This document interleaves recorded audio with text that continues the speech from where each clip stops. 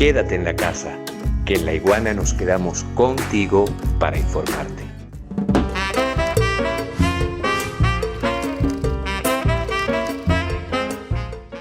Estamos hablando de un filósofo que a los 24 años, escúchese bien, fue excluido. Decir excomulgado es impropio, pero acaso se puede entender la expresión, fue excomulgado por sus posturas sobre Dios, sobre el alma y sobre la religión. Estamos hablando de un filósofo moderno, siglo XVII, judío, que ha sido perseguido como muy pocos filósofos en la historia. Realmente, si tenemos nosotros que nombrar a un filósofo que ha sido acosado, vilipendiado, insisto con la expresión perseguido, es precisamente Spinoza, que terminó siendo un pulidor de lentes para instrumentos ópticos para ganarse la vida. Dice por ahí Juan José Otamendi, Spinoza pertenecía a una familia portuguesa de judíos miembros de la religión judaica, forzados a convertirse al cristianismo, pero cultivan en secreto su antigua religión. De hecho, la misma, insisto yo, la misma religión judía terminó a 24 años execrándolo. Y el tema religioso es uno de los grandes temas, es uno de los grandes temas de Spinoza, por no decir el gran tema, donde a lo largo y ancho de toda su vida mostró posiciones muy sinceras, muy honestas y por lo tanto muy polémicas. Su punto de partida no fue el punto de partida de Cartesio, de Descartes, que nosotros vimos aquí en este programa. El punto de partida de Descartes, recuerdan ustedes, era el yo. Dudo de todo, y al dudar de todo, descubro que existo a través precisamente de esa duda, a través de precisamente el acto del pensamiento. Y recordamos que Cartesio había establecido entonces el yo como fundamento de toda la construcción filosófica de su sistema. Esto lo hizo Cartesio contraponiéndose a los escolásticos que partían, fíjense bien ustedes qué ironía, de lo material, de eso que Cartesio llamaba la res extensa, es decir, lo material, lo palpable. Los escolásticos, el medioevo, partía de lo material para tratar a partir de lo material de forma inductiva llegar a la existencia de Dios. Pensemos, por ejemplo, en las causas de Santo Tomás de Aquino, alumno muy lejano, siglos de lejanía de Aristóteles, recuerdan ustedes. Entonces, la escolástica partía de lo material para tratar de construir filosóficamente y fundar la existencia de Dios. Cartesio en la modernidad se aleja de los escolásticos y crea entonces, a partir del yo, del cogito ergo sum, pienso entonces existo, y Spinoza, que vamos a tratar hoy,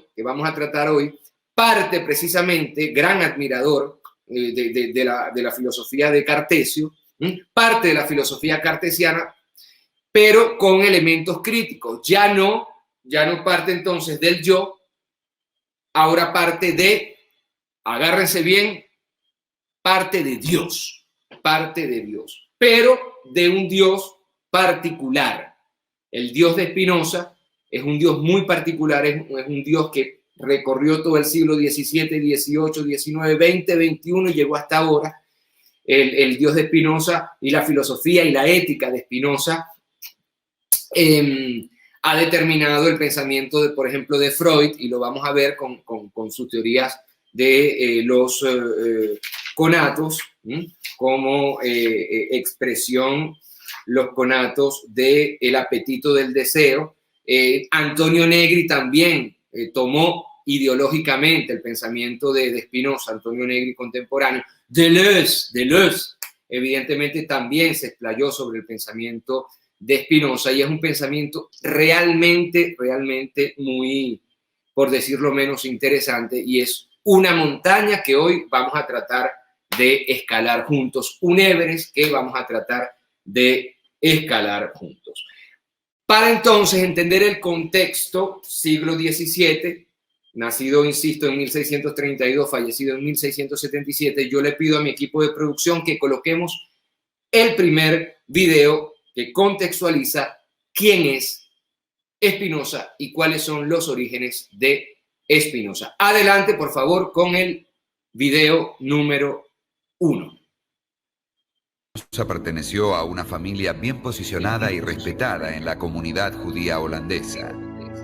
Su padre era un rico comerciante y le proporcionó una esmerada educación, pensando en él como un futuro rabino. El joven Baruch pronto dominó, además del hebreo y el holandés, los idiomas español, portugués, griego, latín, francés e italiano.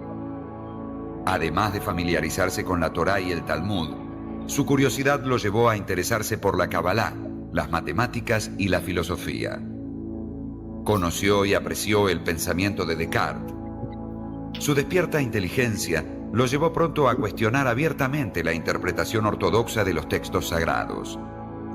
Él afirmaba que cada creyente debía interpretar libremente las escrituras sin que fuese necesario seguir las opiniones de los doctos. También dijo que la presunta sabiduría de los sacerdotes solo era un medio para dominar a las masas. Por otro lado, aseguró que era imposible demostrar la inmortalidad del alma. Y planteó, además, que Dios, a su entender, no era solo espíritu eterno, sino también cuerpo infinito. Si Descartes había afirmado que había dos sustancias, la pensante y la extensa, Spinoza encontraba que extensión y pensamiento eran solo dos de los infinitos atributos de la única sustancia que es Dios. De este modo, Dios se identificaba no solo con lo espiritual, sino también con lo espacial, es decir, con el universo entero, con la propia naturaleza. Esto, para los rabinos, no era más que panteísmo. La consecuencia de todo esto fue que en 1656, cuando apenas tenía 24 años, Baruch Spinoza fue solemnemente excomulgado. Se le aplicó el jerem, que es una maldición eterna, que prohibía a cualquier miembro de la comunidad judía relacionarse con él, leer sus libros, dirigirle la palabra, acercarse físicamente a su persona o estar bajo el mismo techo. La hostilidad hacia él no cesó con la excomunión y hasta se llegó a atentar contra su vida. Como consecuencia de ese intento de asesinato, Spinoza abandonó Ámsterdam en 1660 y fue a residir a un pueblito cerca de Leiden y 3 años más tarde a los alrededores de La Haya. Allí trató de llevar una vida discreta, reservada y dedicada al estudio y la escritura. El único incidente en el que transgredió su aislamiento fue la publicación en 1663 de su texto Principios de la filosofía de Descartes, que le valió rápido reconocimiento entre los intelectuales de toda Europa.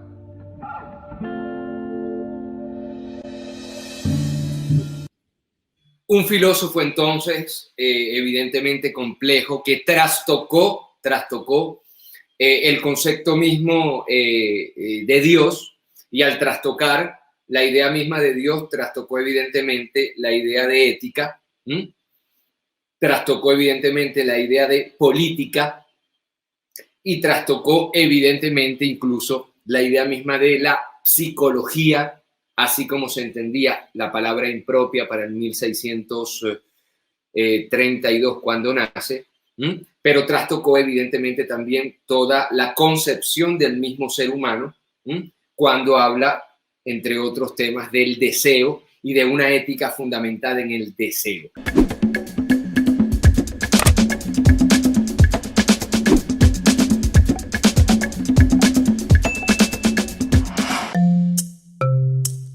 Laiguana.tv.